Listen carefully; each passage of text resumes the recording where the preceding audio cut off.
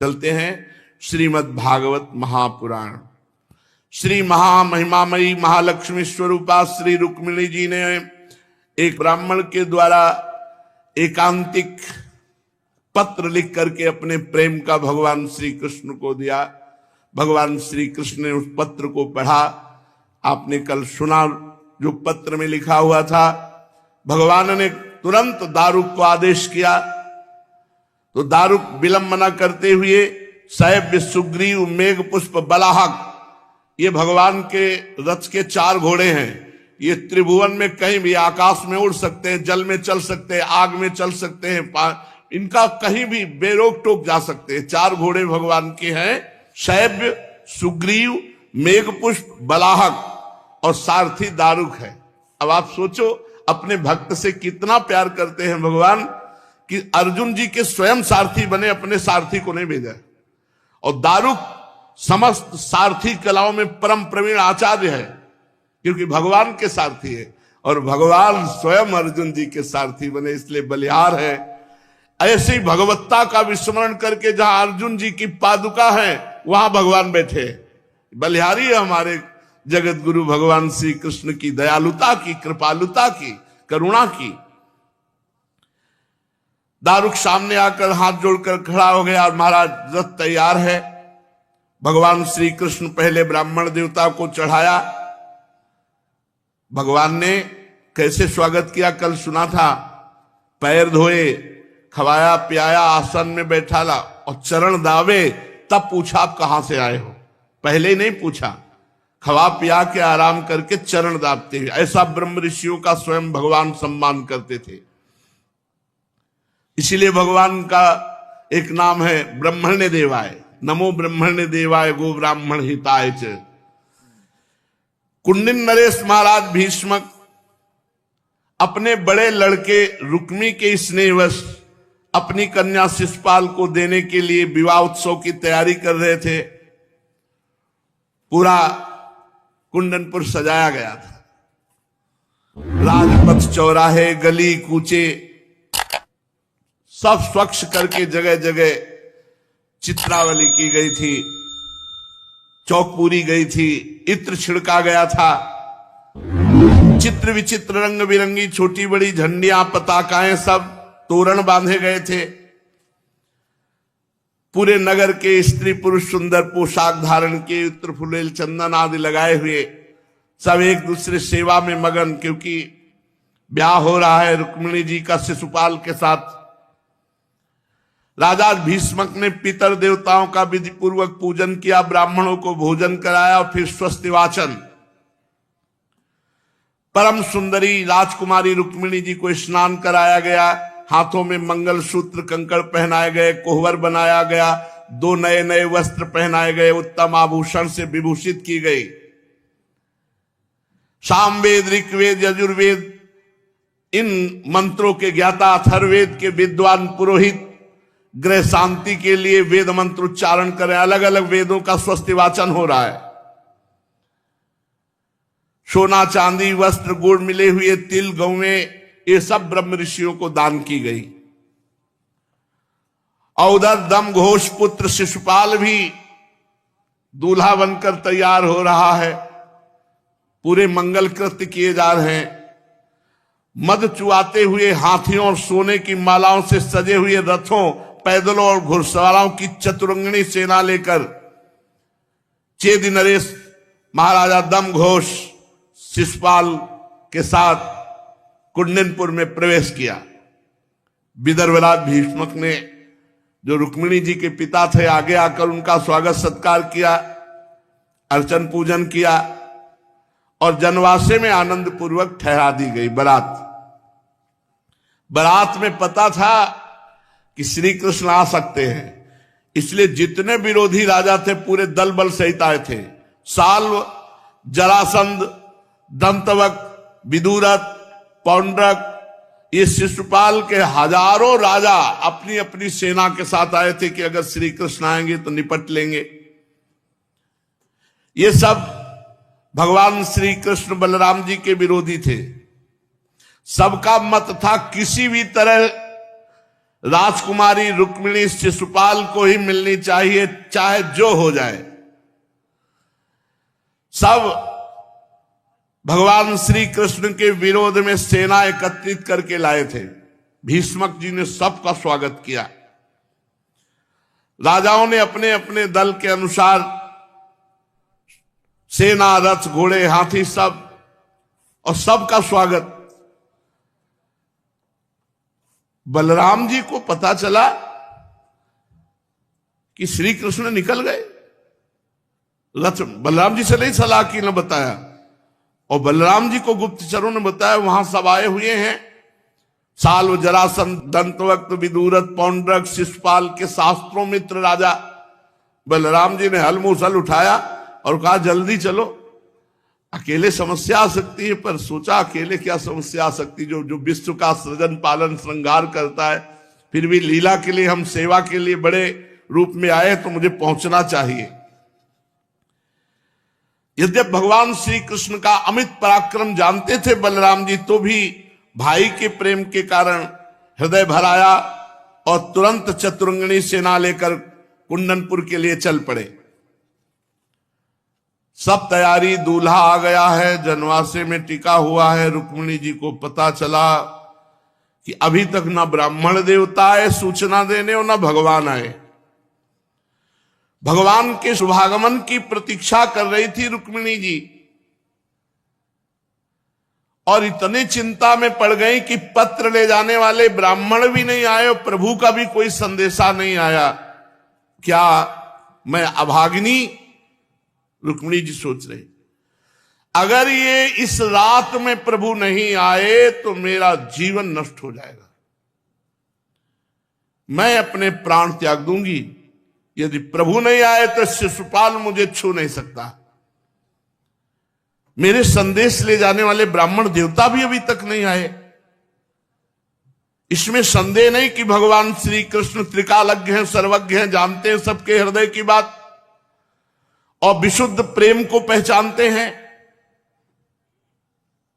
तो ऐसा हो सकता है कि मुझ में कुछ ना कुछ बुराई देखी होगी प्रभु ने, तो शायद मेरा हाथ पकड़ने के लिए वो नहीं आए। कहीं ना कहीं मेरे में कमी होगी। ठीक है, मेरे भाग्य मंद हैं, विधाता और भगवान शंकर भी मेरे अनुकूल नहीं है। हो सकता है रुद्र पत्नी गिरिराज कुमारी पार्वती जी मुझसे अप्रसन्न हो। नहीं, ऐसा कैसे हो सकता था कि ना तो ब्राह्मण आए ना प्रभु आए। रुक्मिणी जी भगवान के चिंतन में इतनी डूब गई, रुदन करने लगी। उनका संपूर्ण मन, सारे मनोभाव भक्त मंचोर भगवान ने चुरा लिया था। सोचो, जब उस स्थिति को सोचो, जो दूल्हा पसंद नहीं वो आ चुका है ब्याह करने के लिए, पूरी तैयारी है, और जो प्राण प्रिय हैं उनकी कोई सूचना नहीं है। रुक्मिणी जी अपनी आंखों से आंसू बहाते हुए भगवान के चिंतन में तन्मय हो गई। इतनी हृदय में दाह पैदा हुई कि अगर प्रभु नहीं आए रात्रि भर में तो प्राण निकल जाएंगे। इतने में ही रुक्मिणी जी के बाईं भुजा, बायां नेत्र और बाईं जांघ एक साथ फड़की। स्त्री शरीर के लिए शुभ सूचक है। बामांग फरकने लगे। पुरुष शरीर में दाहिना और स्त्री शरीर में बायां। बड़ा हृदय में शीतलता हुई कि मेरी बाईं आंख फड़क रही, मेरी बाईं भुजा फड़क रही, मेरी बाईं जांघ फड़क रही। इसका मतलब प्रभु चल दिए हैं या पहुंचने वाले हैं। अभी वो इसी उधेड़ उनमें लगी हुई थी कि ब्राह्मण देवता ने पदार्पण किया, जो पत्र लेके गए थे। जो ही ब्राह्मण देवता गए तो देखा अश्रु प्रवाह करते हुए ध्यानस्थ श्री रुक्मिणी जी। तुरंत जय जय संबोधन किया। रुक्मिणी जी ने आंख खोला, देखा वही ब्राह्मण देवता। एकदम हृदय में प्रसन्नता छा गई और सहसा उठी और ब्राह्मण देवता को देखा तो ब्राह्मण देवता मुस्कुरा रहे थे। हृदय शीतल हो गया कि ये मुस्कुराहट बता, मुख प्रसन्न तन तेज विराजा कीलेश रामचंद्र कर काजा।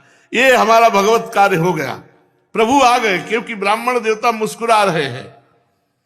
प्रसन्नता से खिला हुआ मुख देखकर ब्राह्मण देवता ने निवेदन किया, चिंता मत करो, भगवान श्री कृष्ण पधार चुके हैं, भगवान श्री कृष्ण पधार चुके हैं। ये सुनते ही बार बार भगवान शंकर को प्रणाम कर रहे हैं, बार बार पार्वती जी को प्रणाम कर रहे हैं, बार बार सब ऋषियों को प्रणाम कर रही हैं। महालक्ष्मी का अवतार श्री रुक्मिणी देवी जी है। और ब्राह्मण से भूरी भूरी प्रशंसा की। क्या कहा है प्रभु ने, कम शब्दों में बता दीजिए।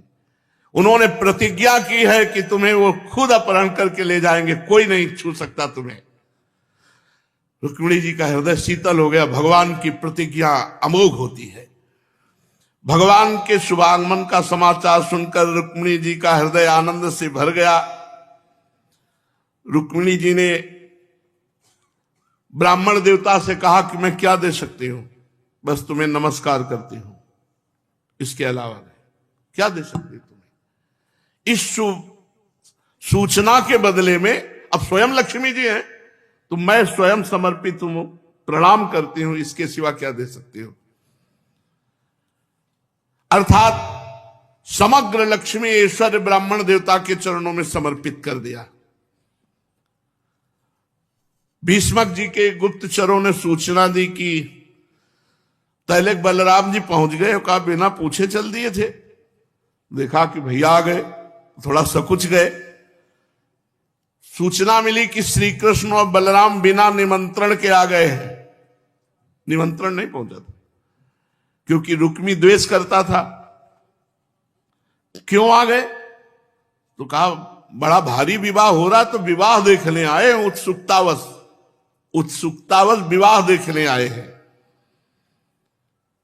अब भीष्मक जी ने पूजन की सामग्री ली और जाकर भगवान को मधुपर निर्मल वस्त्र, उत्तम उत्तम भेंट देकर बलराम जी की और श्री कृष्णचंद्र जी की पूजा की। भीष्मक जी बड़े विवेकी और बुद्धिमान थे। भगवान के प्रति उनके हृदय में अपार श्रद्धा थी, पर रुक्मी द्वेष करता था, बड़ा लड़का था और वो महाबलवान था। इसके कारण भीष्मक जी कुछ कर नहीं सकते थे। एक स्थान पे ठहराया। भीष्मक जी के यहां जितने निमंत्रण में राजा आए थे, सबको सूचना पहुंची श्री कृष्ण बलराम आ गए। सबके होश उड़ गए कि बिना निमंत्रण के आए, मतलब कुछ घटना घटेगी। जो संभावना थी वो घटना घटेगी। जब सुना श्री कृष्ण पधार गए, भीष्मक जी ने पूजन करके उनको स्थान भी दे दिया है, तब सब आपस में बातचीत करने लगे। तैयारी फिट, कुछ ना कुछ घटना घटेगी। श्री कृष्ण आए मतलब कुछ ना कुछ होगा। नगर के लोग दौड़े, श्री कृष्ण बलराम आए हैं। जो देखता वो यही कहता, हे भगवान गौरी शंकर, आप कृपा करो, अगर हमने जीवन में कोई दान पुण्य कुछ भी मंगल किया है तो वो मैं सब रुक्मिणी जी को देता हूं, रुक्मिणी जी का ब्याह इन्हीं से हो जाए। रुक्मिणी जी लायक तो सुंदर दूल्हा श्री कृष्ण ही है। ग्राम के सब लोग ऐसा कह रहे कि पवित्र मूर्ति श्याम सुंदर श्री कृष्ण के सिवा रुक्मिणी जी का और कोई दूल्हा नहीं हो सकता। यदि हमने इस जन्म में या पूर्व जन्म में कोई सत्कर्म किया हो तो हे विधाता, मैं झोली पसार करे मांगता हूं। नगर की स्त्रियां पुरुष सब यही कहते, विदर्भ राजकुमारी रुक्मिणी जी का पाणी ग्रहण स्वयं भगवान श्री कृष्ण करें। जिस समय प्रेम परवश पुरवासी लोग इस प्रकार बातचीत कर रहे थे, उसी समय तुरही बजी, सावधान, राजकुमारी रुक्मिणी जी अंतःपुर से निकलकर देवी पूजन के लिए जा रहे, सब सावधान। नगरवासी सब हटा दिए गए, मार्ग सुरक्षित, बड़े बड़े बलवान सैनिक सुरक्षा में, लाखों करोड़ों की संख्या में सुरक्षा में सैनिक। प्रेम मूर्ति श्री कृष्णचंद्र जी के चरणों का ध्यान करते हुए एक एक चरण कमल धीरे धीरे श्री रुक्मिणी जी बढ़ाती हुई पैदल ही भवानी शंकर जी के मंदिर में जा रहे हैं पूजन करने। मौन है, माता है, साथ में सहेलियां हैं और शूरवीर राज सैनिक दल के दल कवच पहने हुए, अस्त्र लिए हुए साथ चल रहे हैं। मृदंग, शंख, ढोल, तुरही, भेरी ये बाजे बज रहे हैं। ब्राह्मण लोग मंत्रोच्चारण करते हुए चल रहे हैं। महान सौंदर्य की सीमा श्री लक्ष्मी स्वरूपा रुक्मिणी जी धीरे धीरे चरण कमल बढ़ाते हुए जा रहे। ब्राह्मण आगे आगे स्वस्ति वाचन मंगल गान करते हुए, पीछे से मृदंग तुरही बज रही है। माता जी हैं और सहेलियां हैं, आसपास सब बड़े बड़े बलवान सैनिक हैं। पूजन की सामग्री लिए हुए सहस्त्रों सहेलियां हैं साथ में। गीत गाए जा रहे हैं, बाजे वाले बाजे बजा रहे हैं। सूतमागध बंदीजन दुल्हन के चारों ओर जय जयकार करते हुए बिरद बखानते जा रहे हैं। देवी जी के मंदिर में पहुंची, रुक्मिणी जी के कर कमल और चरण कमल धुलाए गए। आचमन किया, पवित्र होकर अंबिका देवी के मंदिर में प्रवेश किया। विधि विधान जानने वाली बूढ़ी बूढ़ी जो माताएं थी वो देवी जी का पूजन करा रही। भगवान शंकर की अर्धांगिनी भवानी जी का पूजन किया, भगवान शंकर का भी पूजन किया, फिर प्रणाम किया और प्रणाम करके प्रार्थना की कि हे अंबिका माता और आपकी गोद में बैठे हुए प्रिय पुत्र गणेश जी, मैं आपको बार बार नमस्कार करती हूं। आप ऐसा आशीर्वाद दें कि मेरे हृदय में जो अभिलाषा है वो पूर्ण हो, अर्थात श्री कृष्ण मेरे पति हो। उसी समय अंबिका देवी जी की गले से माला, जब रुक्मिणी जी प्रणाम कर रही थी तो रुक्मिणी जी के ऊपर गिरी। खसी माल मूरत मुस्कानी, क्योंकि दैवी शक्ति अगर अंबा जी हैं तो महाशक्ति श्री रुक्मिणी जी हैं। जब ईख से फल, कंठसूत्र, पान, पुआ, नमक, नाना प्रकार की दिव्य सामग्री से पूजन संपन्न हुआ, अंबिका जी को नमस्कार किया।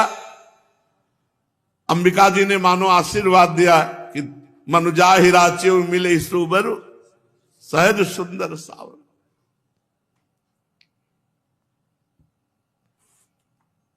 जन्म जन्म से जीव भटक रहा है, जब सब कृपा एक साथ उदित होती तब भगवान का अपनापन प्रकट होता है, भगवान से अपनापन होता है। ये तो भगवान ही है, रुक्मिणी जी के रूप में कोई और नहीं है, वही अर्धांग रूप में रुक्मिणी जी हैं। अब रुक्मिणी जी ने आचमन करके मौन व्रत तोड़ा और व्याकुल हो गई। कहां है प्रभु? रतन जटित अंगूठी है, सब जगह तो देख नहीं सकती। रतन जटित अंगूठी से ऐसे, क्योंकि वो इस अंगूठी में प्रतिबिंब पड़ेगा, इससे इसमें ऐसे देख रही। एक सहेली का सानिध्य लिए हुए, कहां है मेरे प्रीतम, कहां है प्रभु? तो देखा रुक्मिणी जी ने कि बड़े बड़े वीरों को विध्वंस कर देने वाले कमल नयन भगवान रथ लिए खड़े हैं। हृदय शीतल हो गया। सोचो वो घड़ी कैसी होती होगी जो प्रभु के लिए तड़पते हैं और फिर प्रभु मिलते हैं। कैसे, मतलब थोड़ी देर चित्त को जोड़ कर देखो, अगर पवित्र चित्त होगा तभी जुड़ेगा। व्याकुलता, और दिखाई दिया प्रभु खड़े।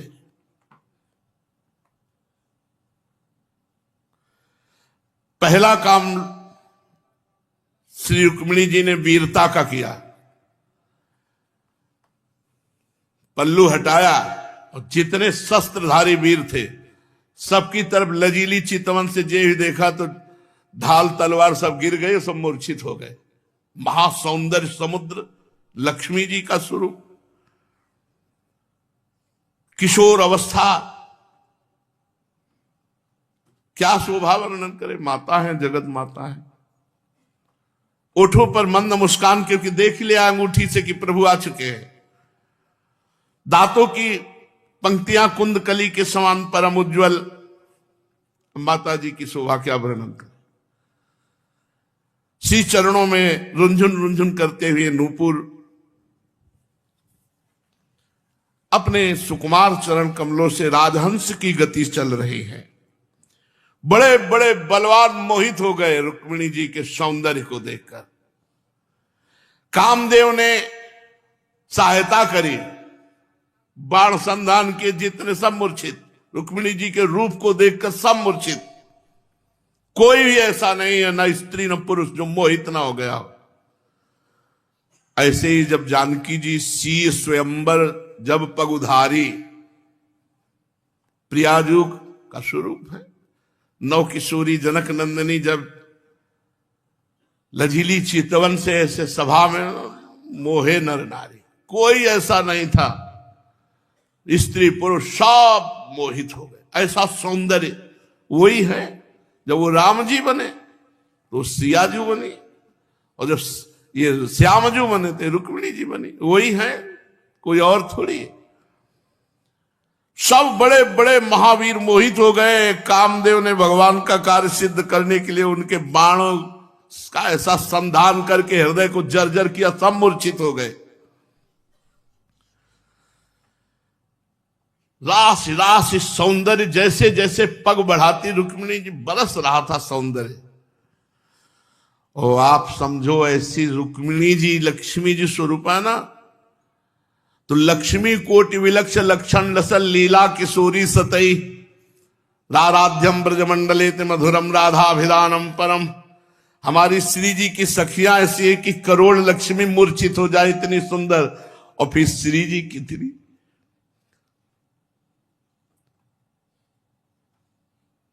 कुंजन के आंगन में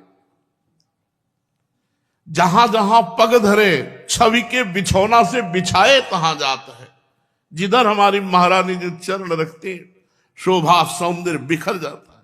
कैसे कोई, जब भजन नहीं होगा तो बातें समझ में नहीं आएगी। भगवान श्री कृष्णचंद्र जी को समर्पित जो है उसे कोई छू नहीं सकता। ऐसी लीला हुई कि जितने बड़े बड़े नरपति महाबली सुरक्षा में थे, सब ज्यों कहते हो चित्रवत रह गए।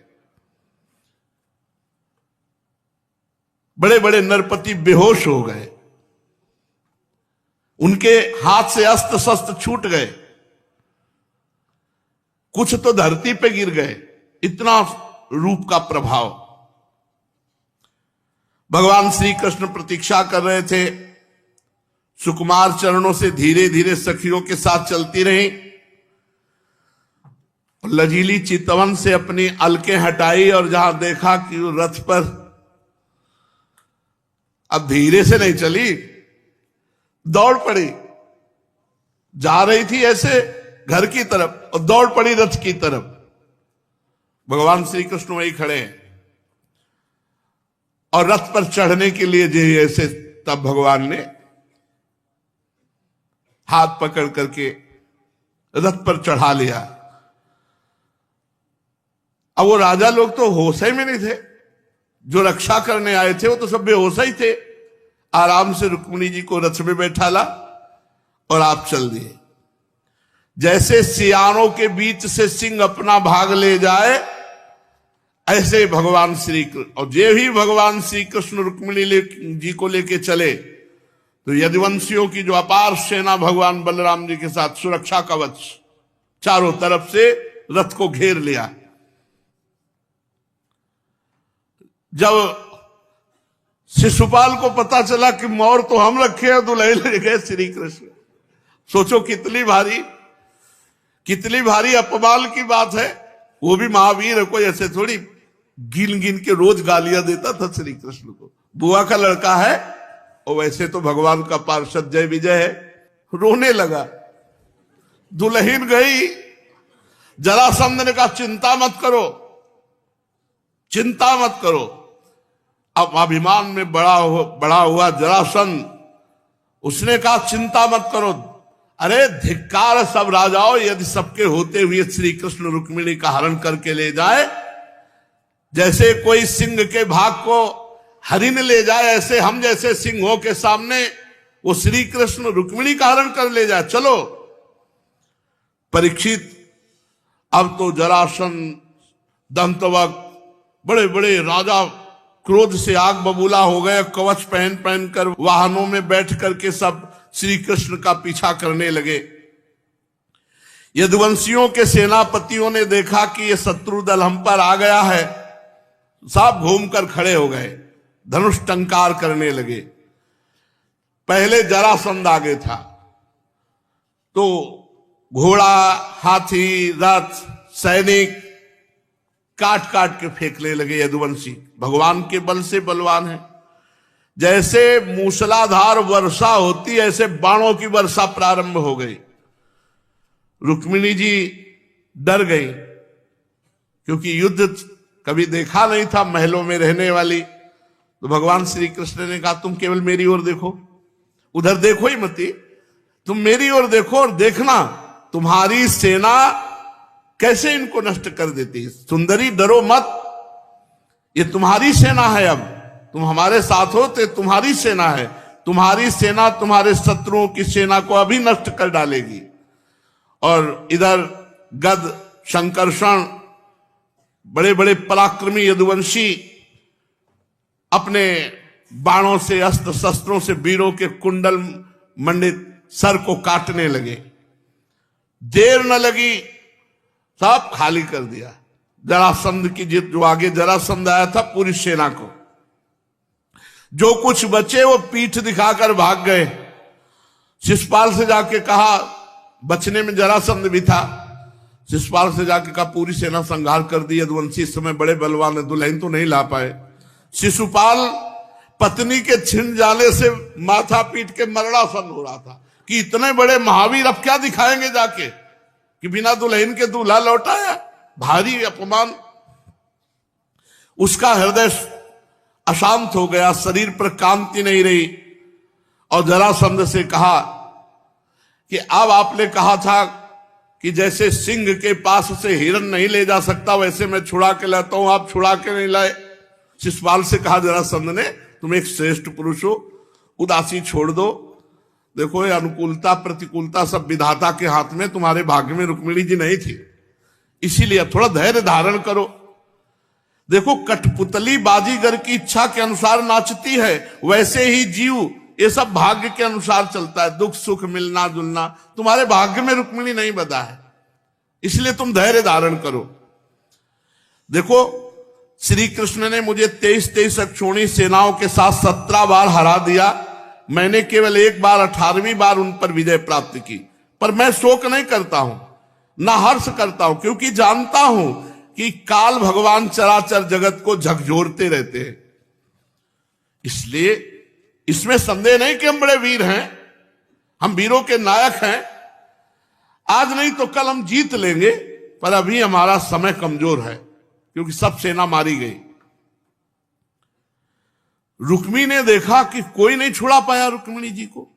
रुक्मी भाई है, बड़ा भाई है, और वो भगवान से बहुत द्वेष करता था। उसको बिल्कुल सहन नहीं हुआ कि मुझ महाबली की बहन को कोई हरण करके ले जाए और राक्षस रीति से विवाह करे। रुक्मी बलि तो था ही, उसने एक अक्षौणी सेना ली और श्री कृष्ण का पीछा किया। महाबाहु रुक्मी क्रोध के मारे जल रहा था, उसने कवच पहन लिया और समस्त जरासंधादि नरपतियों के बीच में प्रतिज्ञा की कि मैं समस्त राजाओं के बीच में शपथ करता हूं, कसम खाता हूं, यदि मैं युद्ध में श्री कृष्ण को मारकर अपनी बहन रुक्मिणी को लौटा ना सका तो कभी जीवन में अपनी राजधानी कुंदनपुर में प्रवेश नहीं करूंगा। खत्म, प्रवेश नहीं होंगे। अविनाशी को मार सकता है, भगवान को मार सकता है, अविनाशी श्री कृष्ण को। अब कसम खा के जा रहा कि कुंदनपुर में प्रवेश नहीं करेंगे तो नहीं होगा प्रवेश पूरे जीवन। परीक्षित ये कहकर वो रथ पर सवार हो गया और सारथी से बोला, मेरा रथ वहां ले चलो जहां श्री कृष्ण है। बड़े वायु के समान तीव्र गति वाले घोड़े, आज मैं तीखे बाणों से उस ग्वाले श्री कृष्ण के बलवीर का घमंड चूर चूर कर दूंगा। देखो तो सही, वो हमारी बहन का अपहरण करके ले गया। परीक्षित, सही पूछो तो रुक्मी की बुद्धि बिगड़ गई है। परमहंस जी सुखदेव जी कहते, वो भगवान के तेज प्रभाव को बिल्कुल नहीं जानता था। अब वो तीव्रगामी घोड़ों के द्वारा पहुंचा भगवान श्री कृष्ण के पास और ललकारा है, खड़ा रहे खड़ा रहे, कहां लिए जा रहा मेरी बहन को। और 3 बाण उसने भगवान के ऊपर मारे और कहा ठहर, हमारी बहन को चुरा कर ले जा रहा। अरे मंद, तो जानता नहीं मैं कितना बड़ा बलशाली हूं और उसका भाई हूं। मायावी, तेरी एक भी माया मेरे सामने नहीं चलेगी। रुक्मिणी जी डर गई कि भैया तो बड़े गुस्सा में है, कैसे होगा। 3 बाण मारे और कहा छोड़ मेरी बच्ची को। छोटी बहन है तो बच्ची के समान, भाग जा अभी प्राण बचा के। भगवान श्री कृष्ण ने 3 बाणों को निकाला, मुस्कुराते हुए उसका धनुष काट दिया और 6 बाण उस पर मारे। 8 बाण, 2-2 बाण घोड़ों पर, 4 घोड़ों पर, 4 घोड़े मर गए। सारथी को 3 बाणों से मार डाला, ध्वजा काट दी, रुक्मी का धनुष और 6 बाण उस पर मारे। रुक्मी ने दूसरा धनुष उठाया, फिर भगवान ने काट दिया।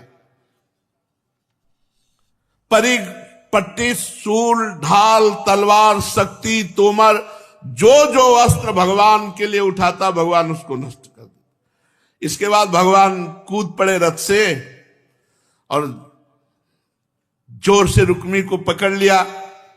रुक्मी ने छोटी तलवार निकाली जो अंतिम में पास रखी जाती है और भगवान को मार दे।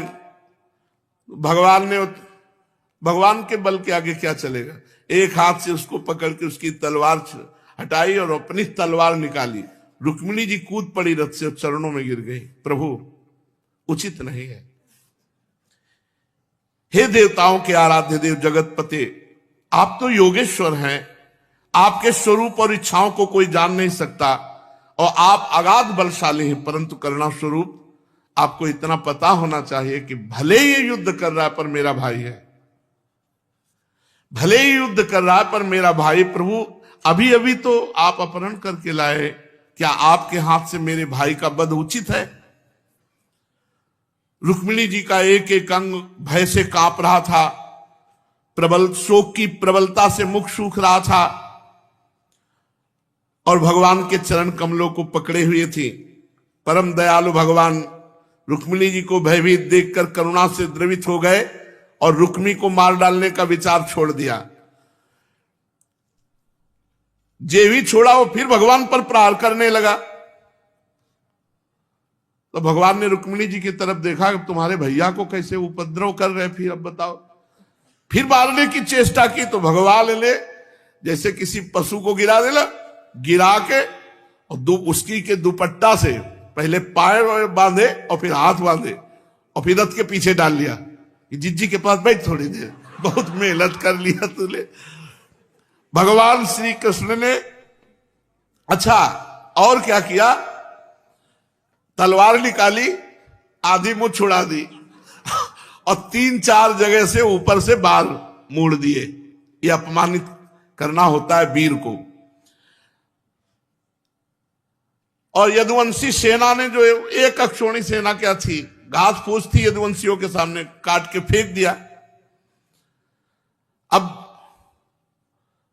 भगवान श्री कृष्ण के पास बलराम जी आए तो देखा रुक्मिणी जी उदास और आधी मुंह छुड़ी है, रुक्मी की और 4-5 जगह से और दुपट्टा से बंधा हुआ। बलराम जी ने कहा ऐसा रिश्तेदार का स्वागत किया जाता है, क्योंकि अब रुक्मिणी जी को प्रसन्न करना है। श्री कृष्ण, ये तुमने अच्छा नहीं किया, अपने रिश्तेदारों के साथ ऐसा बर्ताव किया जाता है। अरे अपना संबंधी भाई, तुमने उसकी आधी मुंह छुड़ा दी, दाढ़ी मोड़ दी, कुरूप कर दिया, एक प्रकार से तो तुमने वध कर दिया।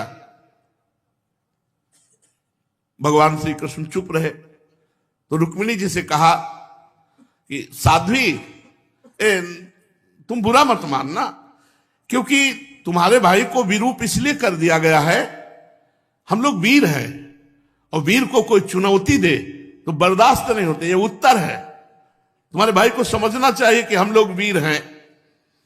और देखो, कोई किसी को सुख दुख नहीं देता, उसका कर्म ही उसको सुख दुख देता है। तो तुम्हारे भाई का कर्म ही ऐसा हो गया कि उसको ऐसा करना पड़ा। रुक्मिणी जी कुछ भी नहीं बोली, बलराम जी ने कहा कि अभी बात नहीं बनी। तो श्री कृष्ण, गलत किया तुमने। यदि अपना सगा संबंधी वध करने योग्य अपराध करे तो भी अपने को चाहिए कि उसे ऐसा दंड नहीं देना चाहिए, अरे उसे छोड़ देना चाहिए, उसका अपराध क्षमा करना चाहिए। अरे मरे हुए को क्या मारना। भगवान श्री कृष्ण चुप हैं। फिर बलराम जी रुक्मिणी जी से बोले, दोनों को संभाल रहे। रुक्मिणी जी को देखो साध्वी, ब्रह्मा जी ने कुछ ऐसा क्षत्रिय धर्म ही बनाया है कि अगर सगा भाई भी आकर ललकार दे तो भाई उसको बर्दाश्त नहीं करेगा, उस पर युद्ध आक्रमण कर ही देगा। ये छात्र धर्म बड़ा घोर धर्म है। रुक्मिणी जी कुछ नहीं बोले। अरे कृष्ण, तुमने ठीक नहीं किया। अरे ये लोग तो बल और धन के नशे में अंधे हो रहे हैं, अभिमानी हैं, लेकिन तुमको अपने रिश्तेदारों का ऐसा अपमान नहीं करना चाहिए। फिर देखा श्री कृष्ण कुछ नहीं बोल। रुक्मिणी जी से कहा, साध्वी, तुम्हारे भाई बंधु देखो हम लोगों के प्रति द्वेष करते हैं, हमने उनका क्या मंगल किया? हमने तो कोई अमंगल नहीं किया। और आप जानती हैं, आप ही ने पत्र भेजा है, तभी हम लोग आए आपका अपहरण करने के लिए। तो इसलिए वो अमंगल मान रहे थे, तो उनका मंगल करने के लिए उनको दंड दिया गया है। देवी, सब भगवान की माया से मोहित होकर देहाभिमान से युक्त हो रहे हैं, इसीलिए शत्रु मित्र उदासीन भाव प्रकट हो जाता है।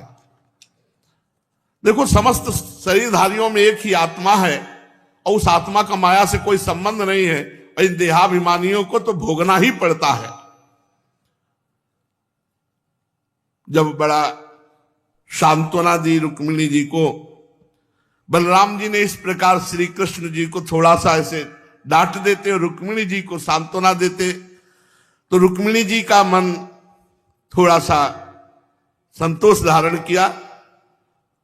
और बलराम जी ने दुपट्टा खोला और रुक्मिणी से कहा, देखो जब रिश्तेदार बन गए हो तो रिश्तेदार की तरह तुम्हें आना चाहिए। ये चढ़ाई बढ़ाई करके लड़ाई करने को, जानते हो कि तुम क्या हो हमारे सामने, श्री कृष्ण के सामने क्या हो तुम। उसको समझा भी रहे हैं और उसकी सामर्थ्य भी बता रहे। बोले रिश्तेदार की तरह तुम्हें आना चाहिए, तुम कैसे लड़ाई झगड़ा, तुम्हें पता है सामर्थ्य। जे भी छोड़ा तो जैसे सांप पंजे से छूट जाए गरुड़ के, उसने प्रण किया कि मारूंगा श्री कृष्ण को, कुछ भी हो। क्योंकि पहला कसम खा चुका था कि अब कुंडन पर तो जा नहीं सकता। तो उसने भोजकट नाम की एक बहुत बड़ी नगरी बसाई और प्रतिज्ञा कर लिया कि मैं श्री कृष्ण को मारूंगा, कहीं भी कैसे भी। ये नहीं समझ पा रहा कि श्री कृष्ण को मारने का मतलब है अपनी बहन को ही दुख पहुंचाना। कुंडनपुर में तो प्रवेश हुआ नहीं, भोजकट नाम की नगरी बसा ली और हृदय में संकल्प किया कि श्री कृष्ण का वध करूंगा और क्रोध पूर्वक रहने लगे। भगवान श्री कृष्ण इस प्रकार समस्त राजाओं को जीत लिया और विदर्भ राजकुमारी रुक्मिणी जी को द्वारिका में लाए। पूरी द्वारिका सजाई गई और बहुत मंगल विधि पूर्वक भगवान ने पाणी ग्रहण संस्कार विवाह किया। हे राजन, उस समय द्वारिकापुरी में घर घर बड़ा उत्सव मनाया जाने लगा। क्यों न हो, क्योंकि महामहिम भगवान श्री कृष्ण द्वारिकापुरी में अब महालक्ष्मी के साथ पधारे हैं। सभी नर नारी मणियों के चमकीले कुंडल धारण किए हुए आनंद से भरकर चित्र विचित्र वस्त्र पहने दूल्हा और दुल्हन को अनेकों आशीर्वाद और भेंट सब द्वारिकापुरी के लोग दे रहे हैं। तो हम वृंदावनवासी भी आशीर्वाद देते हैं कि दूल्हा और दुल्हन ऐसे ही आनंद मगन रहें और हे रुक्मिणी जी, आपका सुहाग ऐसे ही दिन प्रतिदिन आपको सुख पहुंचाता रहे। समस्त द्वारिकावासी भगवान श्री कृष्ण और रुक्मिणी जी को हृदय से आशीर्वाद देते हैं। श्री रुक्मिणी जी और भगवान श्री कृष्ण का विवाह संपन्न हुआ। अब तो द्वारिका आनंदमयी, क्योंकि स्वयं भगवान और स्वयं महालक्ष्मी विराजमान हो गई। अब कौन सा ऐश्वर्य, कौन सी सिद्धियां, कौन सी रिद्धियां बकाया रह गई जो द्वारका की गलियों में बिखरी न फिरती हो। ऐसे द्वारिकाधीश भगवान श्री कृष्ण और महामहिम श्री रुक्मिणी जी के चरणों की वंदना करते हैं कि हमको हमारे प्रभु श्री वृंदावनाधीश्वर और वृंदावनाधीश्वरी के चरणों में प्रेम हो, क्योंकि रिटर्न गिफ्ट भी मिलनी चाहिए। आपको दिया तो आप भी हमें दें, कि हमारी लाडली जो, हमारे लालजू, इनमें हमारी ऐसी आसक्ति हो कि इनके सिवा आंख उठाकर कुछ और देखने की इच्छा न हो। अगर आंख उठे भी तो केवल आप ही दिखाई दो। पी मूरति नैनन बसै तेहि रस रहे समाये। श्री राधा वल्लभ लाल।